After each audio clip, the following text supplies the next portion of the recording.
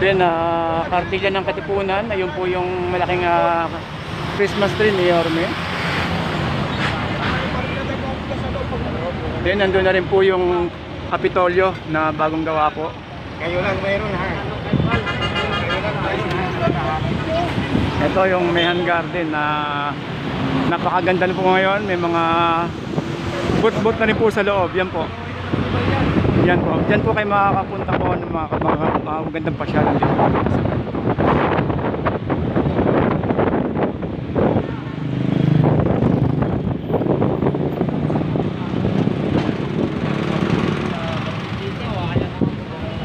Yan po yung Kapitolyo. Kapitolyo ni Yorme. Yan po. Yan yung public CR po. Yan po yung napakagandang public toilet po. Kala ko 100 yung ano, kalahating kilo. Kala ko yung pagkapi natin nawawala. Isip lang yan ang kape. Mamaya naman napapagod pa kayo tao eh. So, bumalik po tayo dito. Meron po tayong ibaba pong mga gamit.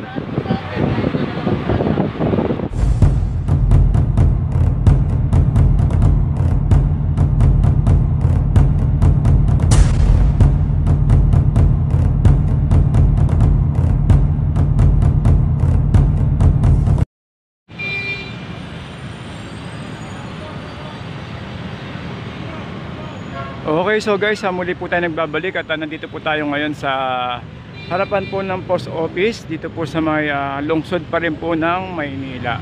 So nandito po tayo ngayon sa harap po ng ni GAT Andres Bonifacio. Ito po siya. Din ito po yung City Hall po ng City Hall, post office po ng Maynila. So guys,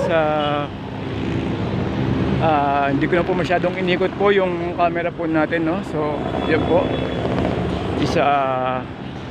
Medyo marami pa rin po sa ating nandito pa po yung mga yung mga walang tirahan po. So nakakaano naman po, no, na so mga taga-clearing na po bahala po doon. So guys, nandito po tayo ngayon sa harap po ng post office. At titignan po natin yung guys yung kung saan po is yung pong may mga gumagawa po ng mga stalls para po sa ating dito po sa may dadalhin po sa mga bawat lugar na kung saan is lalagyan po ng mga paninda, like sa Divisoria po, tsaka po sa bandang Calao, Luneta, yan. So ito po yun. So iikot po tayo ng isang beses para makita nyo po, no.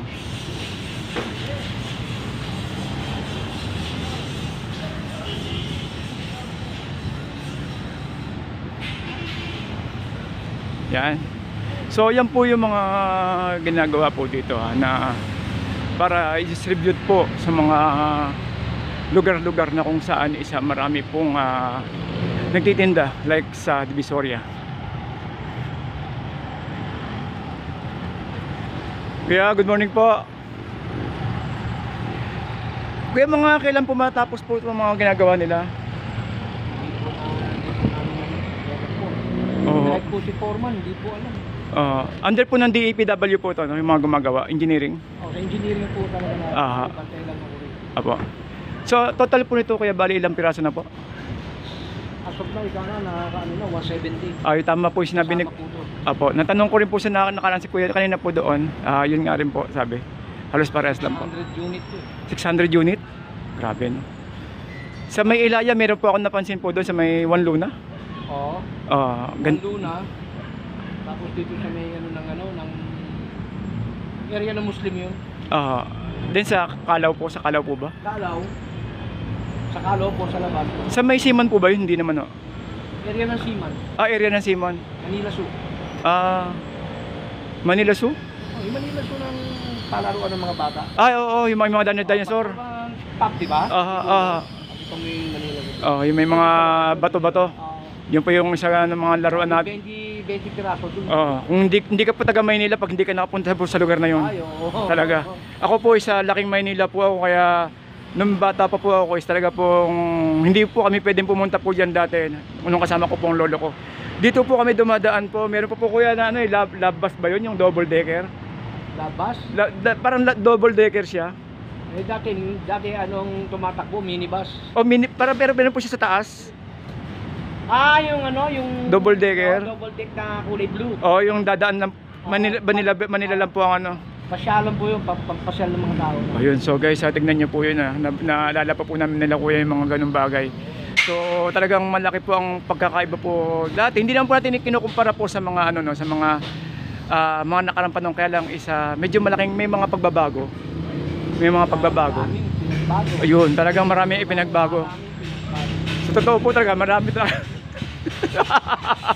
Sa edad kong 63. Ayan, si Kuya is makikita niya po talaga lahat kung ano yung mga pagbabago. So ako po, batang Maynila din po ako, kaya alam ko rin po yung mga pinagbabago. Ito nung araw itong Lawson to, hindi ganito. So sa totoo lang po, medyo nakaka-recover na ang Maynila ngayon. Tama po ba Kuya? Dahan-dahan. Siguro. Kaya lang malaki pa rin. No? Malaki pa rin ang ano, hahabulin. Napakalaki. Malaki pa rin ang hahabulin sa mga nagdaang mga ano, panahon. Hindi natin masabi ko ano.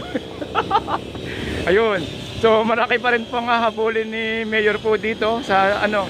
Big shout out po kay Mayor Isko. No, napakalaking responsibilidad po ang kanya nakapatong sa kanyang balikat po. Pero sa tulong na rin po ng mga batang Maynila is alam naman po natin na malalagpasan po lahat. Lalo ngayon sa may pinagdaanan po tayo. So kuya, maraming salamat po Maraming salamat po sa inyo. So ito po mga skeletal pa po ito, no? Skeleton pa ito. Malaki pa kulang nito. Pero sa tingin ko meron na may-ari nito kuya. Wala pa. Ito po, siya po. Si Mingming. Buti pa si Mingming, meron na. Kuya, thank you po Salamat po sa inyo. Mag-ingat lang po. Thank you po.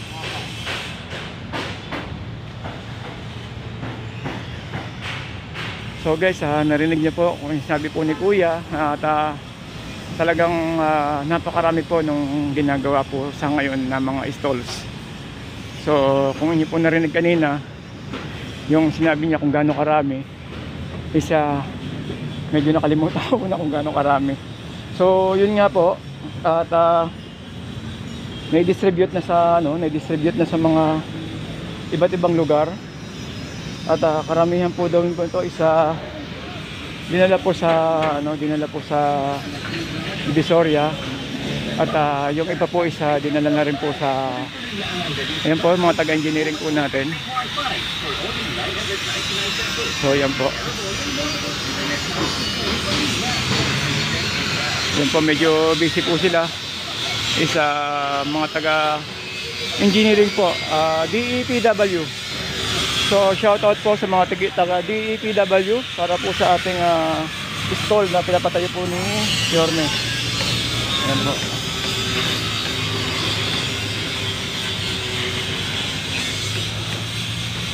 So ayan po guys, yun yung po makikita. So napakarami po na pinag-aay po ni Yorme, no? So tignan po yun natin yung nandito. So ayan po.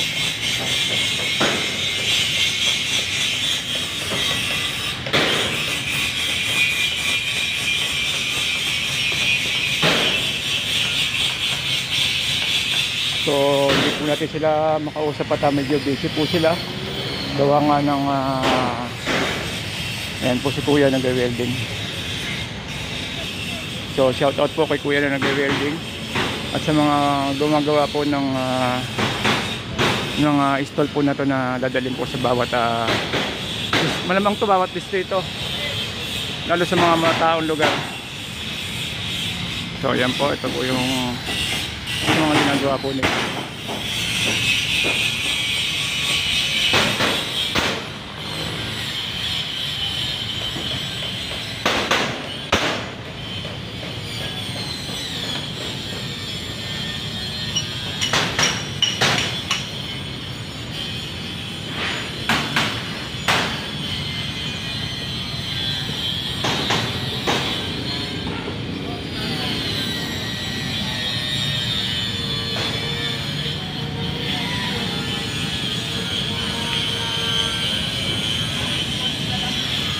So guys, sa totoo lang po, maganda na po itong area po ng ng Plaza Loton. Kasi isa talagang itong inyong mapapansin po dito isa malinis po siya. Malinis po. Then wala na bandalan din po doon isa may mga hindi talaga maiwasan na may mga yung mga homeless po natin na mga kababayan na mga yung iba isa may kanya-kanyang ano na po may kanya-kanyang mga dahilan na rin po. Kasi actually guys inabot na rin po ito ng mga iba't ibang grupong nagki-clearing. So yun din po ang nangyayari dito guys. So babalik after ng clearing, babalik pa rin po sila. So wala po tayong magagawa dyan, ganun po talaga ang buhay. So ang pinakamaganda lang din po dyan is magkaroon po ng proyekto para po sa kanila. So yun na lang din po ang inaasahan po natin sa ating butihing presidente at saka sa mga mayor po at saka sa mga ibang nasa nasa mga katungkulan. Sana bigyan po sila ng pansin. Yun po. So ito po yung ginagawa po nila ngayon, no? So napakarami pong stall po ito at di-distribute po sa mga bawat distrito at sana po actually anong sabi po nilang isa nasa 1,000 na po yung ginagawa po nila. So tanong natin dito kay Kuya saglit na po. Kuya, ano pong engineering to kuya? Anong engineering po ito? Anong department po? DPW? DPW lang po. Kasi nakaraan po, kasama ko po is mga taga flooding, nagdala kami ng mga regalo. Dito, yung mga gumagawa po, ano pong yan? Dalawang opisina ho yan. Department po, DPW lang ho. Engineering department. Okay, sige, thank you po. Ayun, so guys, mostly DPW, engineering po ang nakakahawak po sa kanila. Ang nakakagumagawa po sa ngayon po dito. So big shout out po. At matanong, gawa nga ng busy rin po sila at syempre for safety na rin po natin dahil may mga tumatalsik-talsik po doon na mga tulad po ng mga nag-welding. So para po sa kanila is safety first at ingat po tayo palagi. So yun po guys yung mga binanggit ko po ng mga yun po yung may mga nagluluto-luto pa po doon, yung mga nagpipiknik-piknik, may mga pamilya na rin po is hindi po talaga maiwasan yung ganyan dito kasi sa totoo lang is napakaganda lang po ng lugar dito is maliwalas at saka po yun nga malamig yung panahon dito gawa nga ng marami siyang mga puno-puno yan po so marami po mga puno-puno kaya po napakalamig po ng lugar, sa totoo lang po napakalamig ng lugar guys. So yun po yung yun po guys yung yung papuntang Divisoria, banda po doon. Yan. So dito naman po is sa bandang is papunta naman po ng Recto. So yun na lang. So hanggang dito na lang po. Magandang araw po sa inyo at naway pagpalain po tayo ng may kapal araw-araw at ligtas po sa kapahamakan. Maraming salamat po at patuloy lang po tayo mag-iingat.